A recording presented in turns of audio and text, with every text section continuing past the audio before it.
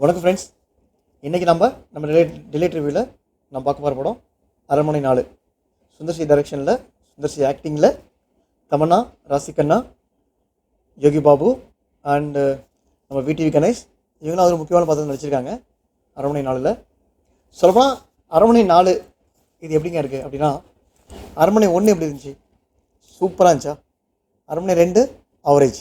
அரண்மனை 3 பார்த்தீங்கன்னா ஆக்சுவலாக as a script wise, as a படம் வைஸ் வந்து அது வந்து டிசாஸ்டர் தான். பட் மேபி கலெக்ஷன் வைஸ்னால வந்து ப்ரொடியூசர் சைடில் சொல்கிறாங்க அது வந்து படம் ஹிட்டுன்னு. பட் என்னை பொறுத்த வரைக்கும் அரண்மனை 3 வந்து ஒரு ஒதுக்கப்பட வேண்டிய ஒரு காவியம், மகா காவியம். பட் இதை விட்டுட்டு எப்படி அரண்மனை 4 எடுத்தாங்க? ஏன்னா அரண்மனை 3 வந்து அவ்வளோ ஒரு டிசாஸ்டர் ஆனதுனால அரண்மனை 4 மேலே வந்து யாருக்குமே வந்து அதிக ஒரு ஹோப்போ இல்லை ஒரு ஹைப்போ இல்லை. ஓகே, படம் வந்தால் போய் பார்க்கலாம் அப்படிங்கிற மாதிரி தான் இருந்தது. பட் தான் அரண்மனை 4க்கு வந்து ப்ரீ ரிலீஸ் ரிப்போர்ட் வந்து நல்லா இருந்தது. அது வந்து மேபி அது பெய்ட் ரிவ்யூவான்னு சொல்லிட்டு நிறைய பேர் டவுட் இருந்தது. பட் அது படமாக வந்து தேட்டர் ரிலீஸ் ஆனதுக்கப்புறம் உண்மையாலுமேங்க படம் ஃபுல்லாக ஒரு பெரிய திருவிழா தான் இருக்குது. திருவிழாலாம் அவ்வளோ பெரிய இதாக சொல்ல வரல, பட் அட்லீஸ்ட் ஃபேமிலியாக எல்லோரும் போகிறாங்க. அதுக்கு முக்கிய காரணம் சுந்தர்சியோட direction and script and execution. நான் ஏன் முக்கியமாக சுந்தர்சியை பற்றி சொல்கிறேன்னா, சுந்தர்சி படங்கள்னாலே உங்களுக்கு எல்லாத்தையும் தெரியும். அதில் வந்து கண்டிப்பாக கிளாமர் சாங்ஸ் இருக்கும், கிளாமர் சீன்ஸ் இருக்கும், ஒரு ரெண்டு மூணு ஒரு என்ன சொல்கிறது டபுள் மீன் டைலாக்ஸ் இருக்கும். கண்டிப்பாக தலைவர் எங்கேயா வந்து சொல்லிடுவார். பட் இந்த படத்தில் அந்த மாதிரி எந்த ஒரு ஒரு ஒரு ஒரு தப்பும் வந்து சுந்தர்சி சார் பண்ணவே இல்லை. அட் த சேம் டைம் எனக்கு வந்து இந்த படத்தோட மேக்கிங்கும் சரி எனக்கு ரொம்ப பிடிச்சிருந்தது. ஏன்னா இந்த படம் வந்து கண்டிப்பாக சுந்தர்சி படம்னால கண்டிப்பாக எல்லோரும் ஃபேமிலியோட போகலாம், கிட்ஸோடையும் பார்க்கலாம். பட் என்ன ஒரு சில சின்ன ஒரு பயம் இருக்கும், படத்தில் ஒரு சில கிளாமர் சீன்ஸ் வச்சுருவாரோ, கிளாமர் சாங்ஸ் வச்சுருவாரோன்ட்டு. நீங்கள் கேட்கலாம், அரண்மனை 4 கூட ஒரு சாங் இருந்தது அச்சச்சோ அப்படின்ட்டு ஒரு சாங் வச்சுருக்காருன்ட்டு. பட் ஆனால் அந்த பாட்டு படம் முடிஞ்சு போஸ்ட் கிரெடிட் சீனில் தான், போஸ்ட் எண்ட் கிரெடிட் சீனில் தான் அந்த சாங் வரும். படத்தில் எந்த ஒரு சீன்ஸுமே கிளாமராகவோ, எந்த ஒரு வசனங்கள் டபுள் மீனிங்காகவோ, எந்த ஒரு இதுவுமே வந்து அவ்வளோ தவிர்க்கப்பட வேண்டிய சீனாகவோ எதுவும் இல்லை. அந்த விஷயத்தில் சுந்தர்சியை வந்து கண்டிப்பாக பாராட்டலாம். படத்தோட கதைப்படி சொல்லப்போனால் உங்களுக்கே தெரியும், சுந்தர்சி மீன்ஸ் அரண்மனை 1, 2, 3 என்ன வருதோ அதே தான் இருக்கும்னு நினச்சி வந்திருப்பீங்க. பட் ஆனால் இந்த 4ல் கொஞ்சம் டிஃப்ரெண்ட்டாக சுந்தர்சி வந்து யோசிச்சு லைக் வாக் அப்படின்னு சொல்லிட்டு ஒரு அந்த அஸ்ஸாம் பேஸில் இருக்கிற ஒரு ஒரு ஒரு பேயை பற்றி தான் வந்து ஒரு ஸ்கிரிப்டாக எடுத்து தென் அது மூலிமா வந்து இவங்க சுந்தர்சியோட ஃபேமிலியில் ஒரு பாதிப்பு வருது. அந்த பாதிப்பு மீன்ஸ் அதனால் வந்து இவங்க சிஸ்டர் இறந்துடுறாங்க.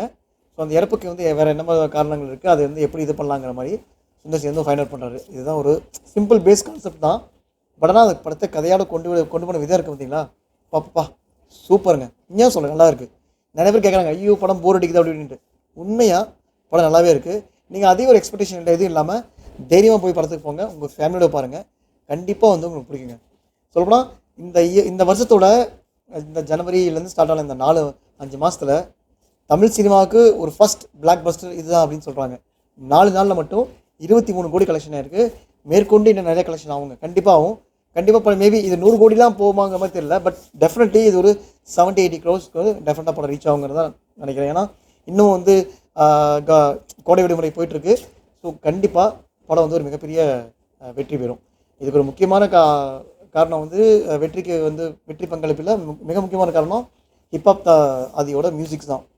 ஏன்னா அதில் வந்து பார்த்திங்கன்னா சொல்லப்போனால் பேக்ரவுண்ட் சாங் ஒரு சில இடத்துல மட்டும் இறைச்சலாக இருந்தாலும் மீதி முக்கால்வாசி இடத்துல வந்து படத்தோட எலிவேஷனுக்கு நல்லாவே ஒர்க் அவுட் பண்ணியிருக்காரு.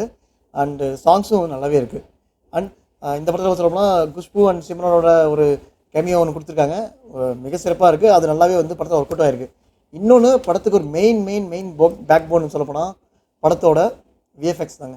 அந்த மெயின் விஎஃப்எக்ஸ் ஒர்க்குக்கு சுந்தர்சியோட அந்த ஒரு விஷயம் பார்த்தீங்களா, அந்த விஷன் அது கண்டிப்பாகவே நல்லாவே தெரியுது.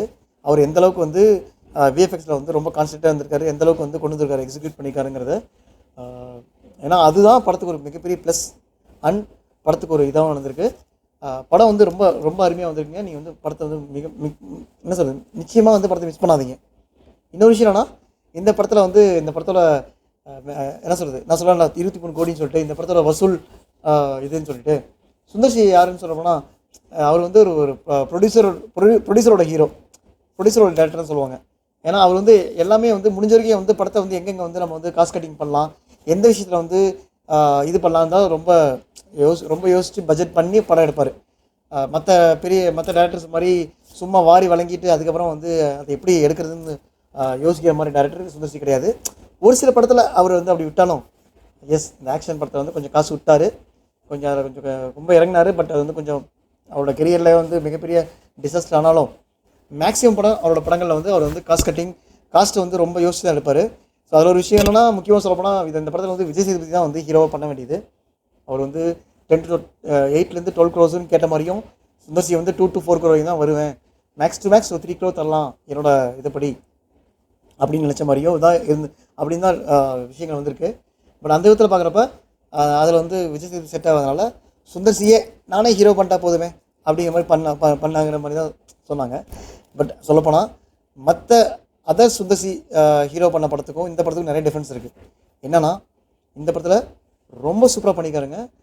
அவருக்கு ஒரு இன்ட்ரோ சீன்ஸ் இருக்கும். அந்த இன்ட்ரோ சீன்லேருந்து அந்த இன்ட்ரோ ஃபைட்டோ எடுத்துக்கங்க, ரொம்ப அருமையாக பண்ணியிருப்பார்.